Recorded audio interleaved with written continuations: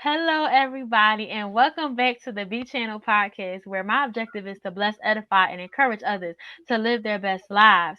And today, I am here to have an impactful conversation about servant leadership with my guest, Coach Norm Murray. Please introduce yourself to the people. Hey, what's going on, everybody? First off, I'm honored, I'm humbled to be a guest on the B channel. All right. A little bit about me. Born and raised in Brooklyn, New York. I've lived five different cities across the country. Currently reside on the East Coast in the great state of Virginia.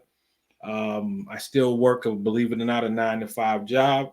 Been on the same job for about 24 years now, but also on the side, right? Hopefully this turns into something bigger than what it is, whatever the Lord leads to, which is the Building Bridges.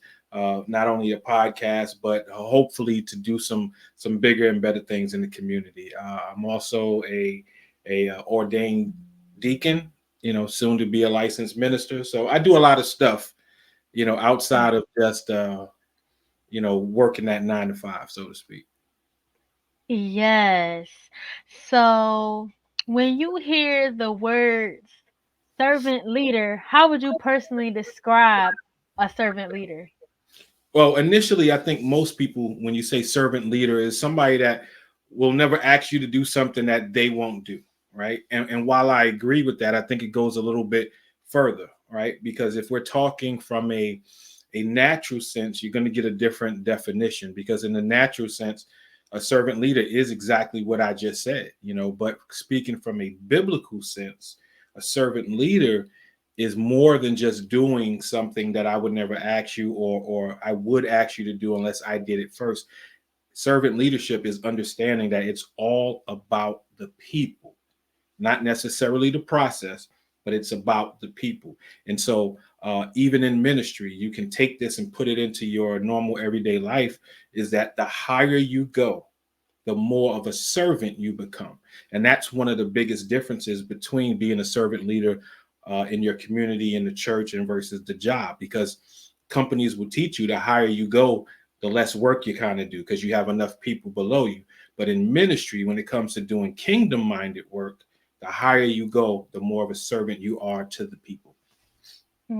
I love that Mhm. that difference that you helped us see Right, between those two places in right, society, because the world would have you believe, okay, just do less. You get to do right, less. Just go higher. You can do less. right. And you're saying, no, go higher, but still do more, like That's still right. be of use. That's right. So when you think about it, right, you know, I don't have to say the names of certain companies, but think of a CEO of a company. Do they work? Absolutely. They have different types of jobs. They have different communications, different types of conversations. They're building their brand. They're doing all things like that. And there's a bunch of people below them that's actually physically doing the work. But then think about Jesus. Think about the 12 disciples. They worked, but they were servants of the people. It didn't Hmm. matter how much they had as long as they were feeding the flock. You see what I'm saying? And that's the difference that we get confused. And sometimes I think we need to remember that even in the workplace, because you would rather work for a person that would get down and deep and dirty in the trenches with you than somebody just barking orders at you. You know what I mean? So it just Right. depends on your perspective on how you're looking at what a servant leader is. So basically, a servant leader is supposed to work alongside, not above. Yes, I believe that they should at least know how to do the work, because you have some leaders that lead but don't know how to do the work and they rely on the workers, right? Because they have the mindset, Right. maybe they have a degree in something but never have actually physically done the work, but they understand leadership aspects in the business. And so that's why I like to put together the different narratives between the world and the church sometimes, right? Because that's exactly what Building Bridges, the premise is. It's about showing the difference between the two. And the truth of the matter is they're really one, but because they are two separate entities, I like to bring out both avenues when I'm speaking to people, when I'm teaching, when I'm preaching. anything like that. There is a correlation, and a lot of times we in the church world get it confused because we're trying so hard to be professional and do more on our jobs and become CEOs of our companies and become more leadership driven. The problem is that if we don't take what the Bible teaches us and merge it together, we seem to not fit into one or both places at the same time. Hmm. That's so interesting. I love what you said about people knowing how to do the job that they're asking people to do, because Mhm. I've heard that a lot in like entertainment spaces where people say, I got my foot in the door and I learned how to do everything, and I observed everything that Mhm. was going on.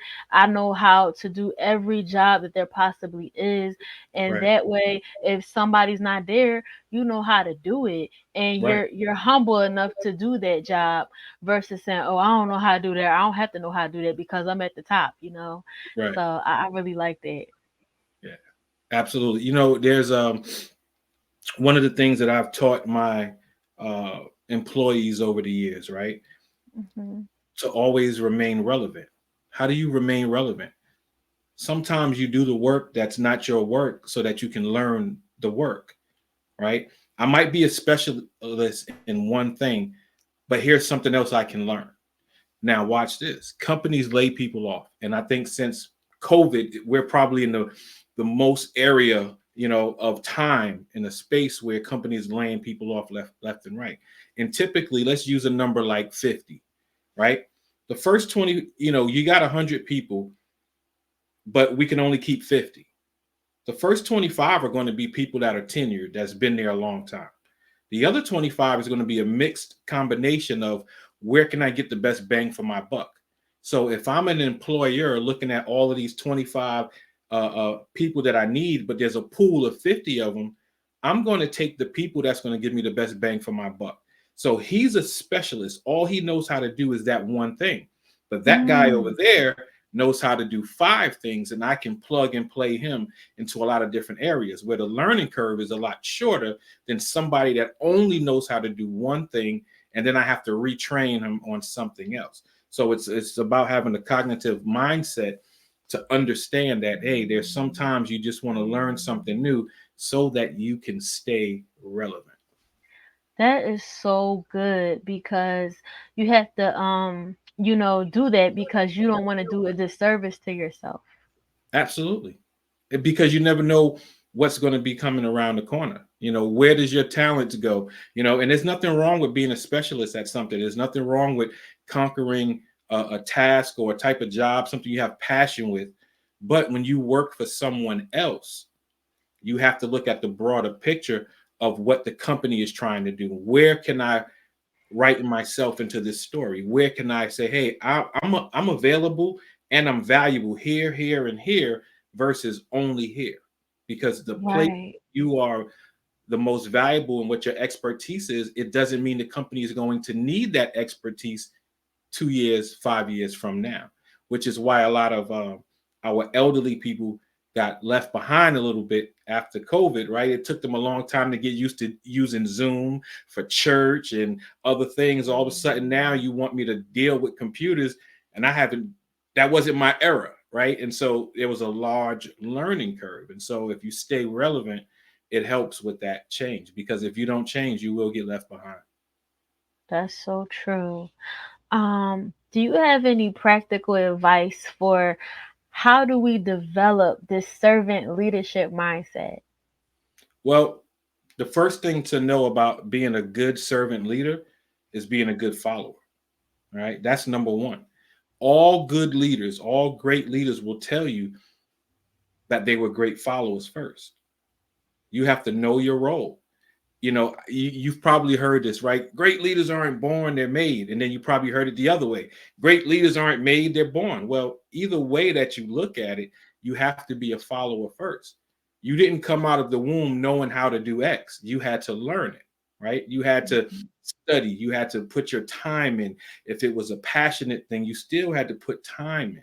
And so being a good follower leads you to being a great leader. Have you ever heard somebody say, oh man, no matter what you've done, man, you always seem to end up on top. You always end up being the leader of that group.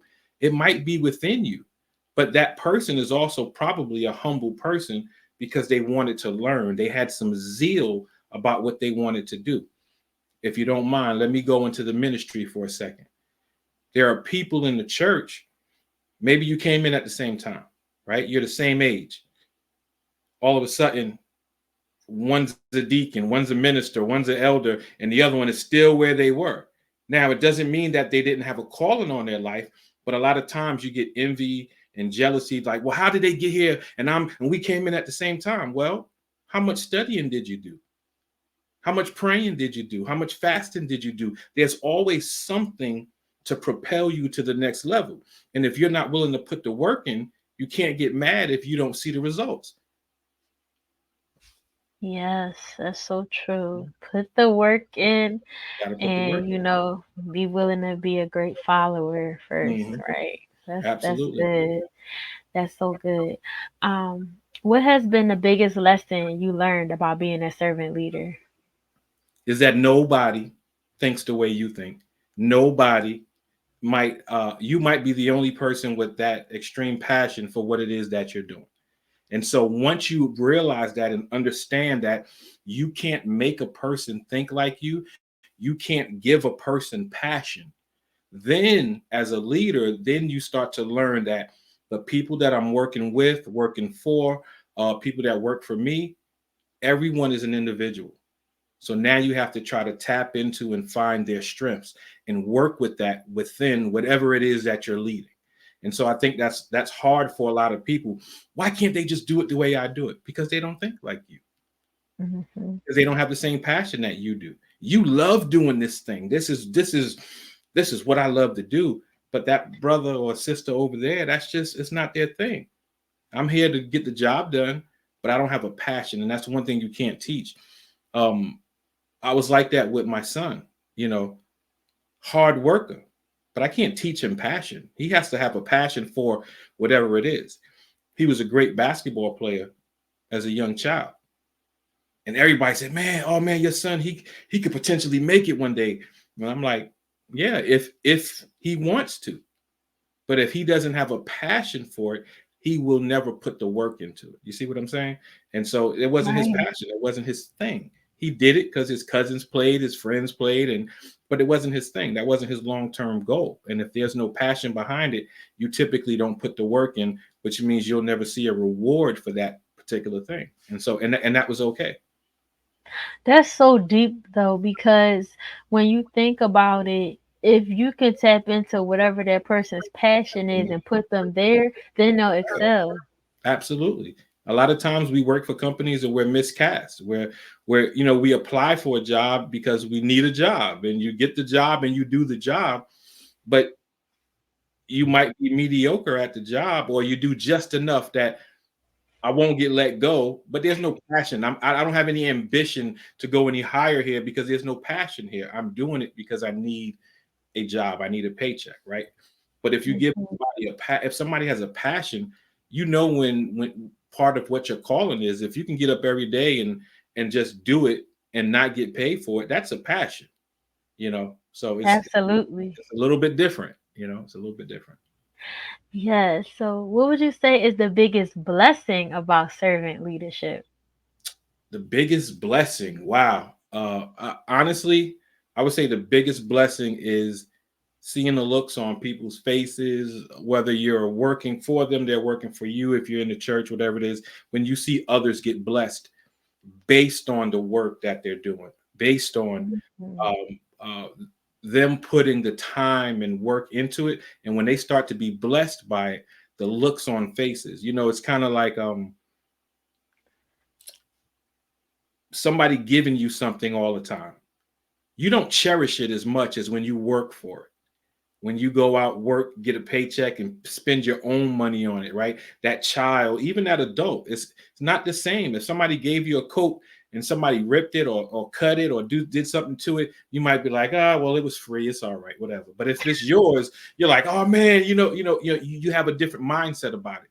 So for me, the biggest blessing in it is watching them have a passion or have some joy behind the work they put in when they see the outcome.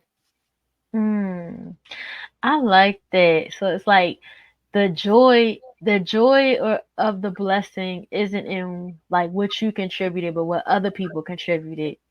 Absolutely. Again, a biblical principle, right? Watch this. It is better to give than it is to receive. You see what I'm saying? Right.